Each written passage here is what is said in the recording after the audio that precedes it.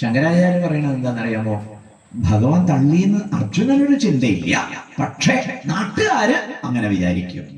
അവർക്ക് ഈ തള്ളു കേട്ട പരിചയമാണല്ലോ, അതുകൊണ്ട് അവരങ്ങനെ വിചാരിക്കാൻ സാധ്യതയുണ്ട്. അപ്പൊ അർജുനൻ ഭഗവാനെ അവരെ തെറ്റിദ്ധരിക്കാതിരിക്കട്ടെ എന്ന് വിചാരിച്ചിട്ട് ചോദ്യം ചോദിച്ചതാണ്. എന്തായാലും സന്ദേശം തുറന്ന് വ്യക്തമാക്കട്ടെ. അപ്പൊ ഭഗവാൻ ആരാണ്? സർവേശ്വരനാണ്. 7-ാം അധ്യായത്തിലും 9-ാം അധ്യായത്തിലേക്കൊക്കെ എത്തുമ്പോഴേക്കും ഭഗവാൻ അത് സുസ്പഷ്ടം വ്യക്തമാക്കുന്നു. ഈ പ്രപഞ്ചത്തിൽ എല്ലായിടത്തും അവ്യക്ത ഭാവത്തിൽ ഞാൻ വ്യാപിച്ചിരിക്കുന്നു. എന്നിലാണ് ഇതെല്ലാം സ്ഥിതി ചെയ്യുന്നത്, പക്ഷെ ഞാൻ അവയിലൊന്നിലുമില്ല, അവ എന്നിലുമില്ല എന്നിങ്ങനെയൊക്കെ ഭഗവാൻ വിസ്തരിക്കുന്നു.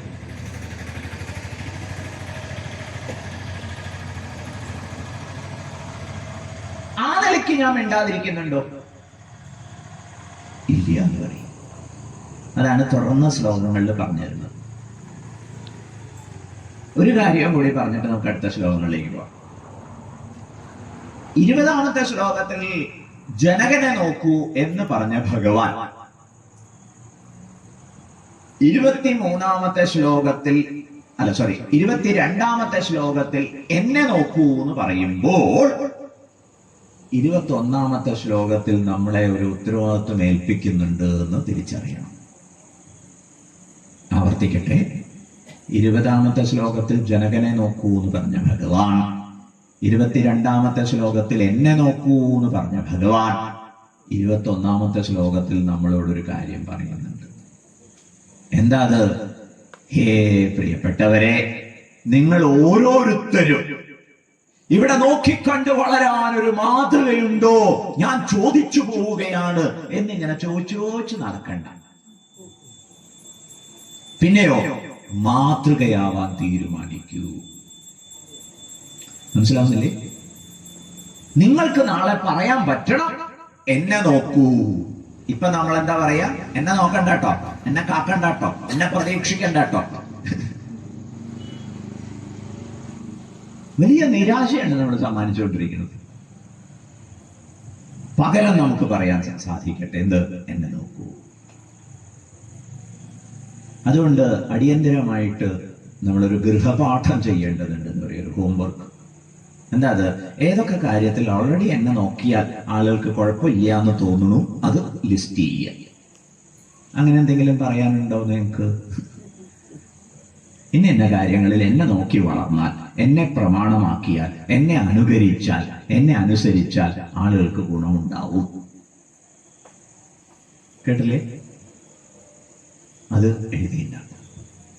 മറുവശത്ത് ചില കാര്യങ്ങളൊന്നും എന്റെ സ്വഭാവം കണ്ടു പഠിക്കരുത് കേട്ടോ എന്ന് നമുക്ക് ബോധ്യമുള്ളതുണ്ടാവും. അത് മറുവശത്ത് എഴുതും. സംഗതി മനസ്സിലായോ? ഗൃഹപാഠത്തിന്റെ പ്രകൃതം. ആദ്യം എഴുതിയ ലിസ്റ്റിനെ സംബന്ധിച്ച് നമുക്കൊരു ചോദ്യം ചോദിക്കാനുള്ളത് ഇംപ്രൂവ്മെന്റിന് സ്കോപ്പ് ഉണ്ടോ എന്നാണ്. കാരണം അവര് പറയുന്നത് there is a room for improvement എന്നാണ്. അത് ആദ്യത്തെ ലിസ്റ്റിൽ. രണ്ടാമത്തെ ലിസ്റ്റോ അടിയന്തരമായി പരിഹരിക്കേണ്ടതാണ്. മനസ്സിലായില്ലേ?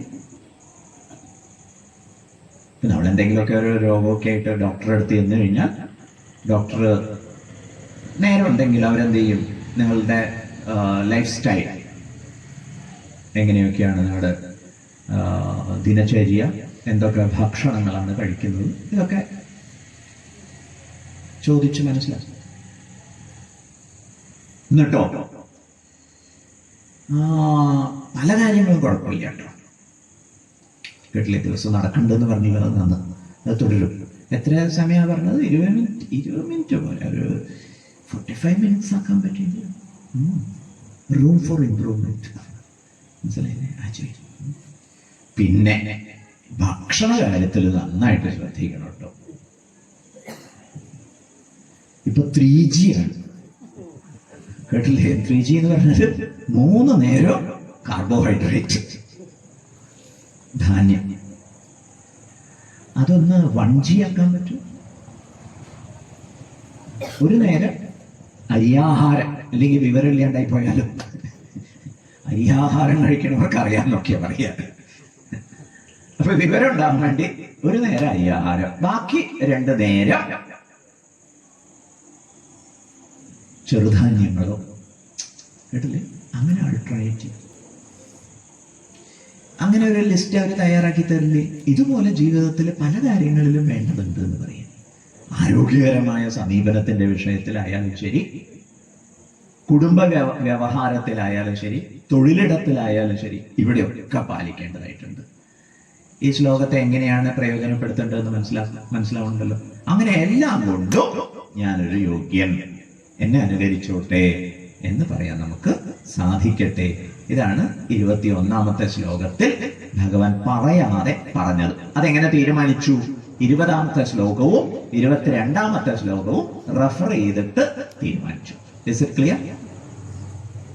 ഇനി 22ാമത്തെ ശ്ലോകത്തിന്റെ വിശദീകരണം തുടർന്ന് ഭഗവാൻ പറയുന്നു. യദി ഹ്യഹം ന വർത്തേയം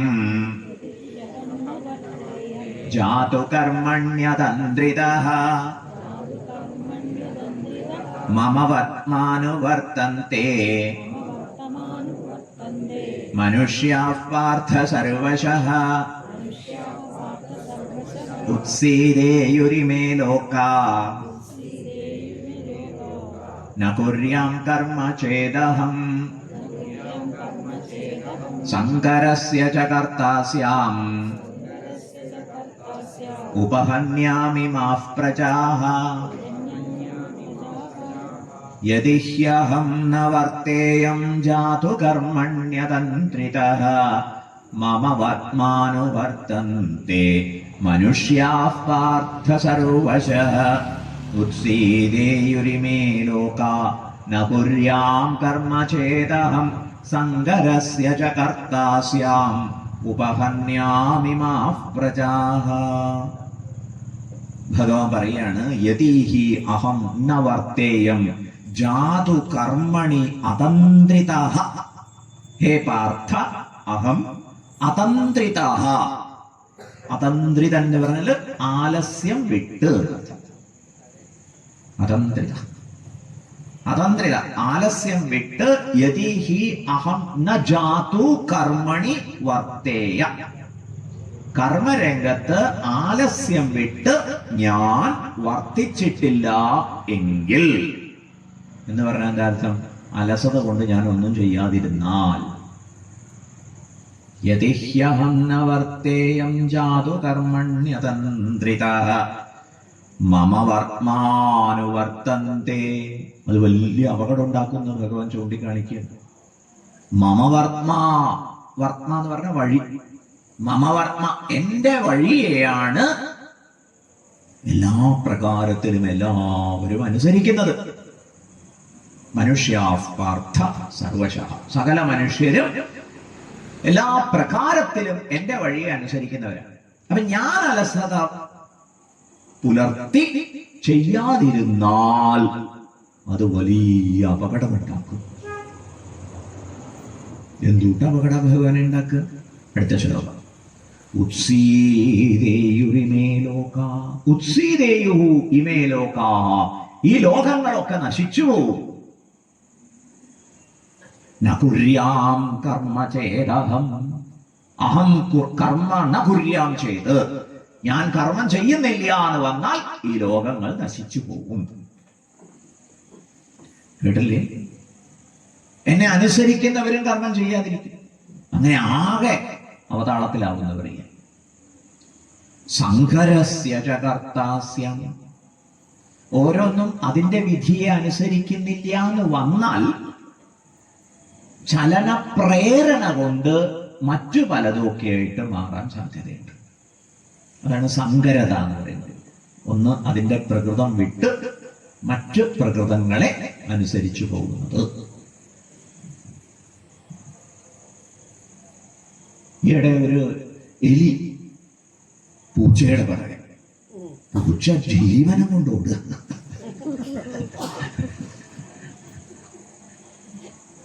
എന്താ കാര്യം? സങ്കരമായി. പൂച്ചയുടെ ധർമ്മം മറന്നു, എലിയെ കണ്ടപ്പോ പൂച്ചയ്ക്ക് ഒരു പേടി. ഒന്ന് പേടിപ്പിച്ച് നോക്കിയതാ പൂച്ച. അപ്പോഴേക്ക് എലി ഇങ്ങനെ അങ്ങോട്ട് മുന്നോട്ട് ചാടി. അതോടുകൂടി പൂച്ചയ്ക്ക് സങ്കരം വന്നുപോയി. ഇങ്ങനെ വ്യവസ്ഥകൾ തെറ്റിപ്പോകും. സങ്കരസ്യ ച കർത്താസ്യ, സങ്കരതയുടെ കർത്താവായിട്ട് ഞാൻ മാറും. എന്നിട്ടോ ഉപഹന്യാമിമാ പ്രജാഹ, ഈ പ്രജകളെയൊക്കെ നശിപ്പിക്കുന്നവനായിട്ട് ഞാൻ മാറും. ഉപഹനിക്കുന്നവനായിട്ട്, നശിപ്പിക്കുന്നവനായിട്ട് ഞാൻ മാറും. ഇതാണ് ഭഗവാൻ ചൂണ്ടിക്കാണിക്കുന്ന അപകടം. ഈ അപകടം ഉള്ളതുകൊണ്ട് ഞാൻ ഒരു നിമിഷം പോലും അലസത ബാധിച്ചിരിക്കുന്നില്ല. ഇവിടെ ഭഗവാൻ ഈ 2 ശ്ലോകങ്ങളിൽ ചൂണ്ടിക്കാണിച്ചത് വാസുദേവ കൃഷ്ണനായിട്ടല്ല, പ്രപഞ്ചേശ്വരനായിട്ടാണ്, വിശ്വേശ്വരനായിട്ടാണ്. അവിടെ ഭഗവാൻ അലസതയില്ലാതെ ജോലി ചെയ്യുന്നു എന്ന് പറഞ്ഞാൽ ഓരോ ആറ്റത്തിലെയും ഇലക്ട്രോണുകളെ ചലിപ്പിക്കുന്നത് മുതൽ, കേട്ടില്ലേ, ഓരോരോ പദാർത്ഥങ്ങളും അവയവയുടേതായ ധർമ്മത്തെ പാലിക്കുന്ന വിഷയത്തിൽ ഭഗവാന്റെ ജാഗ്രതയാണ്. സന്ദേശം വ്യക്തമാകുന്നുണ്ട്. ഈ സർവേശ്വരനെ ഭയന്നിട്ടെന്നോണം സൂര്യൻ ഉദിക്കുന്നു, കാറ്റ് വീശുന്നു, നദി ഒഴുകുന്നു എന്നിങ്ങനെ ഉപനിഷത്ത് പറയും. മരണദേവതയും പേടിച്ചുകൊണ്ട് ഇങ്ങനെ ഓടി നടക്കുകയാണ്. മൃത്യുർധാവതി പഞ്ചമ, 5ാമനായിട്ട് മരണവും. അത് ഓരോന്നും അതാതിന്റെ ധർമ്മത്തെ, ദൗത്യത്തെ, ഉത്തരവാദിത്വങ്ങളെ വീഴ്ചയില്ലാതെ ചെയ്യുന്നതിന് കാരണം എന്താണ്? ഈ സർവേശ്വരന്റെ ജാഗ്രതയാണ്. ക്ലിയർ? അത് കണ്ടിട്ട് നിങ്ങൾ എങ്ങനെ മിണ്ടാതിരിക്കണമെന്ന് ചോദിക്കുക.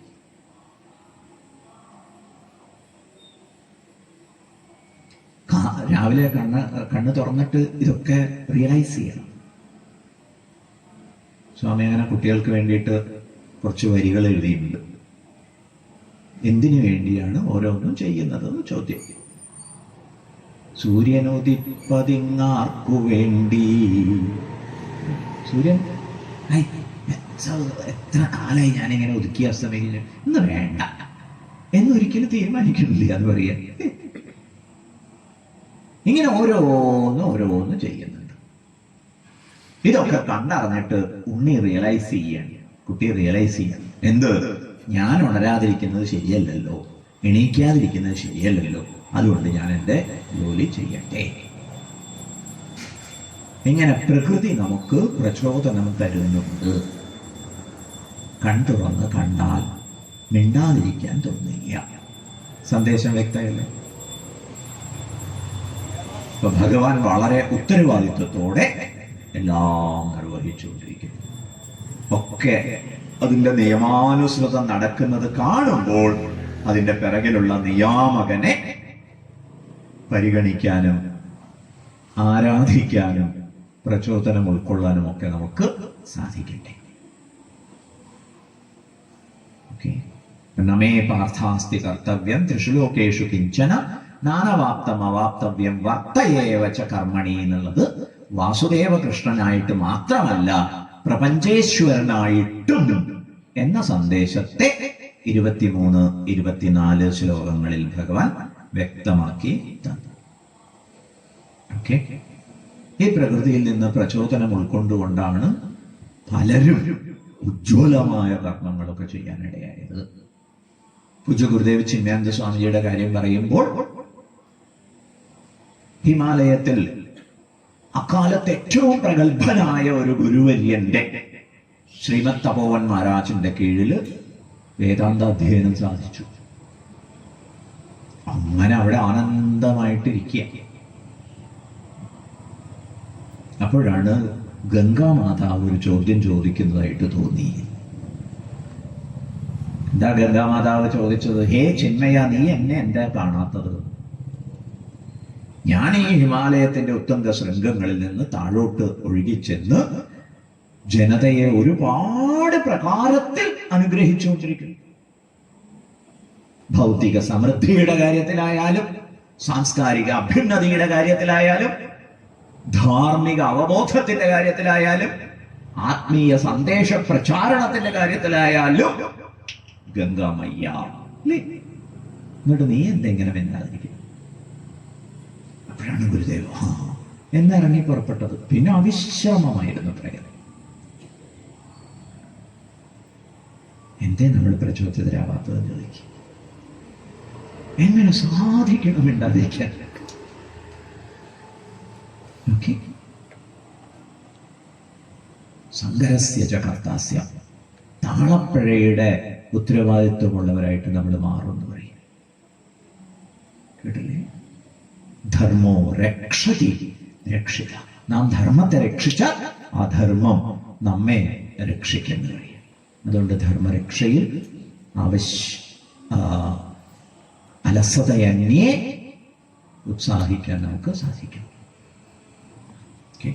വീണ്ടും ആ ആശയത്തെ ഭഗവാൻ ഒന്നുകൂടി വ്യക്തമാക്കി തരുന്നു ഒരു ചെറിയ കമ്പാരിറ്റീവ് സ്റ്റഡിയിലൂടെ. 25-ാമത്തെ ശ്ലോകം. സത്താ കർമ്മണ്യ വിദ്വാംസഃ യഥാ കുർവന്തി ഭാരത കുര്യാത് വിദ്വാൻസ്തഥാ സക്തഃ ചികീർഷുർലോക സംഗ്രഹം. സക്താ കർമ്മണ്യ വിദ്വാംസഃ യഥാ കുർവന്തി ഭാരത കുര്യാത് വിദ്വാൻസ്തഥാ സക്തഃ ചികീർഷുർലോക സംഗ്രഹം. കർമ്മണി സക്താഃ അവിദ്വാംസഃ യഥാ കുർവന്തി കുര്യാത് വിദ്വാൻ തഥാ അസക്തഃ. കർമ്മമധ്യത്തിൽ അവിദ്വാൻമാർ, അവിദ്വാംസഃ എന്ന് പറഞ്ഞാൽ അവിദ്വാൻമാർ. അവിദ്വാൻമാർ എന്ന് പറഞ്ഞാൽ നമ്മൾ പൊതുവെ ആളുകളെ കുറിച്ച് പറയാ ഈ വിദ്വാൻ എന്നൊക്കെയാണ്. വിദ്വാൻ എന്ന് പറഞ്ഞാൽ വിദ്യയുടെ അനുഗ്രഹം നേടിയ ആളെന്നാണ് അർത്ഥം. അതുകൊണ്ട് എല്ലാവരെയും കയറി വിദ്വാൻ എന്ന് വിളിക്കരുത്. ഈ കർമ്മയോഗത്തിന്റെ, ആത്മിക ജീവിതത്തിന്റെ, ഈശ്വരാർപ്പണ സമീപനത്തിന്റെ, ബന്ധത്തെ ബന്ധനമാക്കാതെ മോക്ഷത്തിന് ഉപയുക്തമാക്കുന്നതിന്റെ കല അറിയാത്തവരെയാണ് ഇവിടെ അവിദ്വാംസഃ എന്ന് പറഞ്ഞത്. അവിദ്വാൻമാർ. ഓക്കെ, അവിദ്വാൻമാര് കർമ്മം ചെയ്യോ? ചെയ്യും. എന്തിനാണ് അവര് കർമ്മം ചെയ്യുന്നത്? പല പ്രകാരത്തിലുള്ള ഫലങ്ങൾ നേടിയെടുത്ത് സുഖിക്കാൻ. അവിദ്വാൻമാരായതുകൊണ്ട് കിട്ടിയ സുഖം എത്രത്തോളം തീവ്രതയുള്ളതാണ്, എത്ര നീണ്ടു നിൽക്കുന്നു എന്നൊന്നും അവർ അന്വേഷിക്കില്ല. കേട്ടില്ലേ? ശബരിമലയ്ക്കൊക്കെ പോകുമ്പോൾ ഒരുപാട് കഷ്ടപ്പാടുണ്ട്. പലരും ഈ കഷ്ടപ്പാട് കണ്ടിട്ട് തീരുമാനിക്കും ഇനി അടുത്ത വർഷം ഞാനില്ല. എന്തൊക്കെ ബുദ്ധിമുട്ടാണ് എന്ന് തീരുമാനിക്കും. കേട്ടില്ലേ? പക്ഷെ അടുത്ത വർഷം ആവുമ്പോഴോ വീണ്ടും പുറപ്പെടുക. അപ്പൊ ഒരാൾ ഇങ്ങനെ സ്വാമിയോട് വന്ന് പറഞ്ഞിരുന്നു, ഇനി ഇല്ല സ്വാമി, എന്തൊരു കഷ്ടപ്പാടാ, ബുദ്ധിമുട്ടാണ്. പിറ്റേ വർഷം നോക്കുമ്പോൾ മാലയിട്ടുണ്ട്. അപ്പൊ നമ്മൾ ചോദിച്ചു ഇനി പോകുന്നില്ല എന്ന് പറഞ്ഞിട്ട്. എത്ര കഷ്ടപ്പാടുണ്ടെങ്കിലും സ്വാമി അതിന്റെ ഇടയ്ക്ക് കിട്ടുന്ന ഈ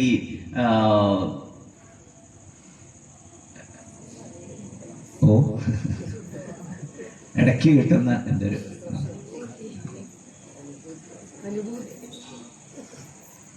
ഒരു വാക്ക് ഓർമ്മയിൽ കിട്ടുന്നു. ഇങ്ങനെ നടന്നു പോകുമ്പോ ഇടയ്ക്ക് കയറി കഴിക്കുന്ന പക്കവടയില്ലേ, അതിന്റെ ഒരു സന്തോഷം.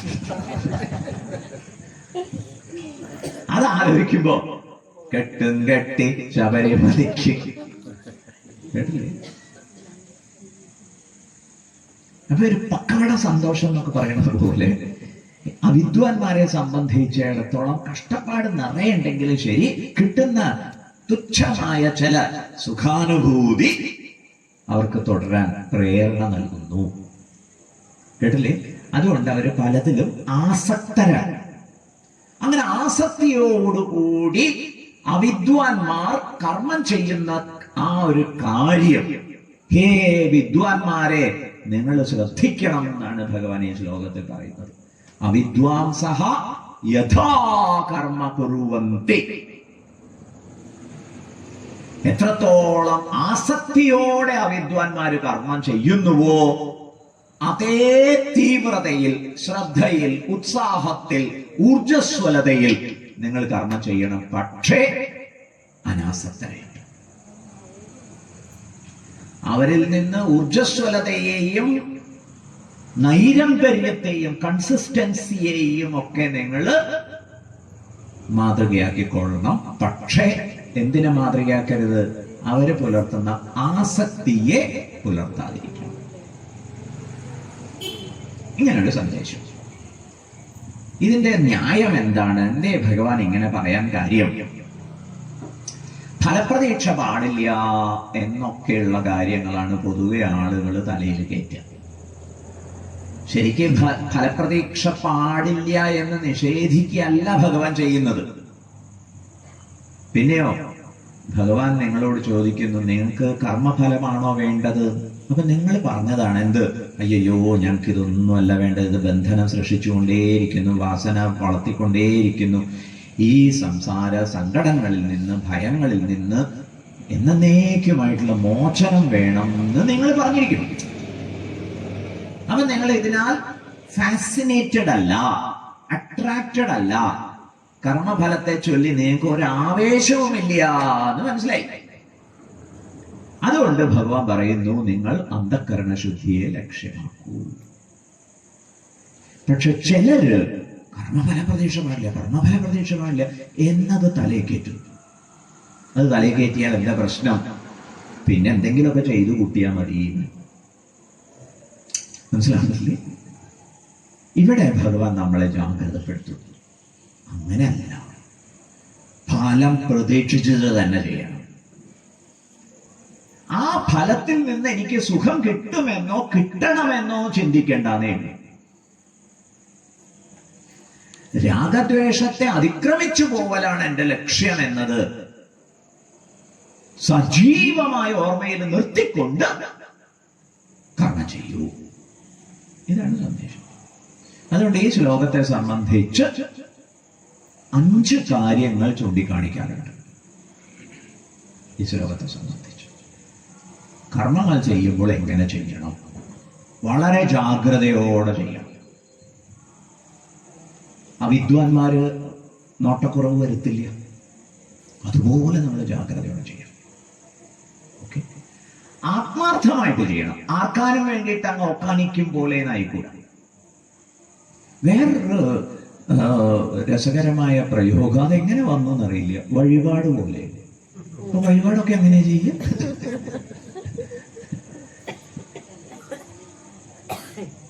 ഈശ്വര നൈവേദ്യമാണ് എന്ന ഓർമ്മയിൽ അത് വളരെ ശുദ്ധമായിരിക്കണം, വൃത്തിയായിരിക്കണം എന്നൊക്കെ കരുതില്ലേ? ആത്മാർത്ഥതയോടെ ചെയ്യണം. ഓക്കെ, കർമ്മം ചെയ്യണം. 3ാമത് ക്രിയേറ്റിവിറ്റി കൊണ്ടുവരണം. ഇന്നലെ ചെയ്തതുപോലെ തന്നെ ഇങ്ങനെ ചെയ്യരുത്, അതിൽ പുതിയ ആവിഷ്കാരങ്ങൾ സാധിക്കണം. പിന്നെയോ എത്ര ഊർജം കുറച്ചുപയോഗിക്കാമോ അങ്ങനെ ചെറിയ ഊർജ വിനിയോഗം കൊണ്ട് വലുത് സാധിക്കണം. എഫിഷ്യൻസി എന്ന് പറയും, കുശലത. ആൻഡ് ഓഫ് കോഴ്സ് സഫലത. അവസാനം അതിന്റെ ഫലം കിട്ടുന്നുണ്ട് എന്ന് ഉറപ്പാക്കണം. ആ ഫലം ആർക്ക് വേണം? ചികീർഷു ലോകസംഗ്രഹം. ഇത് ലോകത്തിന് ഉപകാരമാവട്ടെ. ലോകസംഗ്രഹം ചികീർഷു, ലോകത്തിന്റെ സംഗ്രഹത്തെ, അഭിവൃദ്ധിയെ, വളർച്ചയെ, പോഷണത്തെ ചികീർഷു, ആഗ്രഹിക്കുന്നവനായിട്ട്. ശ്ലോകാർത്ഥം മനസ്സിലായോ? പ്രസക്താഹ, കർമ്മഫല ആസക്തിയുള്ളവർ, അതിൽ സുഖപ്രതീക്ഷ പുലർത്തുന്നവർ, കർമ്മണി, കർമ്മരംഗത്ത്, അവിദ്വാംസഃ, കർമ്മയോഗത്തിന്റെ, യജ്ഞജീവിതത്തിന്റെ, ഈശ്വരാർപ്പണ കർമ്മത്തിന്റെ, ബന്ധനത്തെ മോക്ഷമാക്കാനുള്ള ഉപായത്തിന്റെ വഴി അറിയാത്തവർ അവിദ്വാംസഃ. യഥാ കുർവന്തി ഭാരത, കർമ്മത്തെ എങ്ങനെ ചെയ്യുന്നു ഹേ അർജുന? കുര്യാത് അപ്രകാരം ചെയ്യണം. ആര്? വിദ്വാൻ. കർമ്മയോഗ രഹസ്യം അറിയുന്ന വിദ്വാൻ അപ്രകാരം ചെയ്യണം. പക്ഷേ അവിദ്വാൻ ആസക്തിയോടെ ചെയ്യുന്നിടത്ത് വിദ്വാൻ അനാസക്തനായിട്ട് ചെയ്യണം.